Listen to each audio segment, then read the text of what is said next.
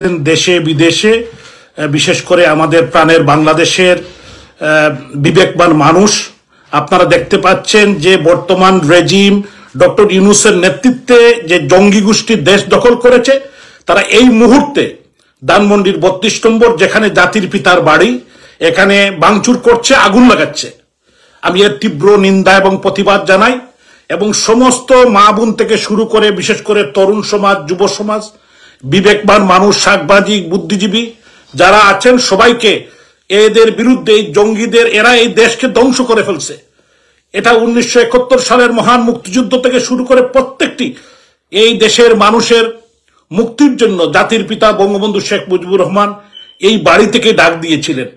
তারা ১৯৭৫ সালে বঙ্গবন্ধুকে সপরিবারে তাদের পূর্বসূরীরা এই ৩২ নম্বরেই তারা হত্যা করেছিল।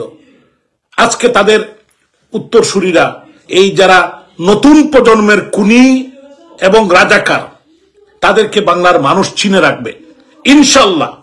তোমাদের পরিচয় যারা এটা করছো, আমরা আশা করি তোমরা তো বিপ্লবী, তোমাদের পরিচয়টুকু ফেসবুকে দাও, তোমাদের ঠিকানা দেও, ইনশাল্লাহ বাংলার মানুষ তোমাদেরকে ভুলবে না।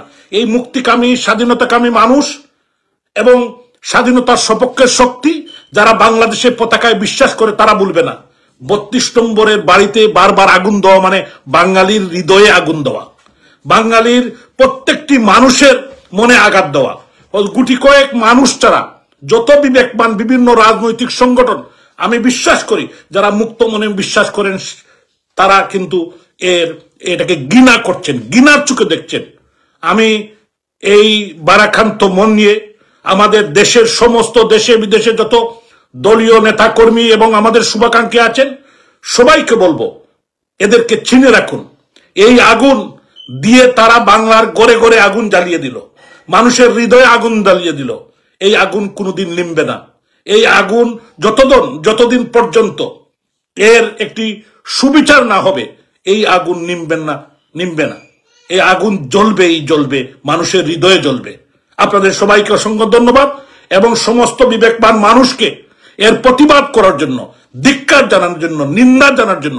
এবং এই ডক্টর মোহাম্মদ ইউনূস উনি দাবি করেন একজন নোবেল লরিয়েট, আজকে তার নেতৃত্বে এগুলা করছে। আরো যারা উপদেষ্টারা আছেন তাদেরকেই পাই করে কিন্তু বাংলার মানুষ এটার হিসাব নিবে।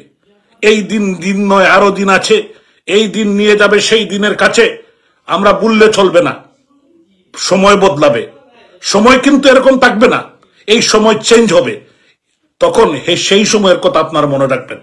আপনাদের সবাইকে সালাম, আদাব, শুভেচ্ছা। আপনারা সবাই ভালো থাকবেন। জয় বাংলা।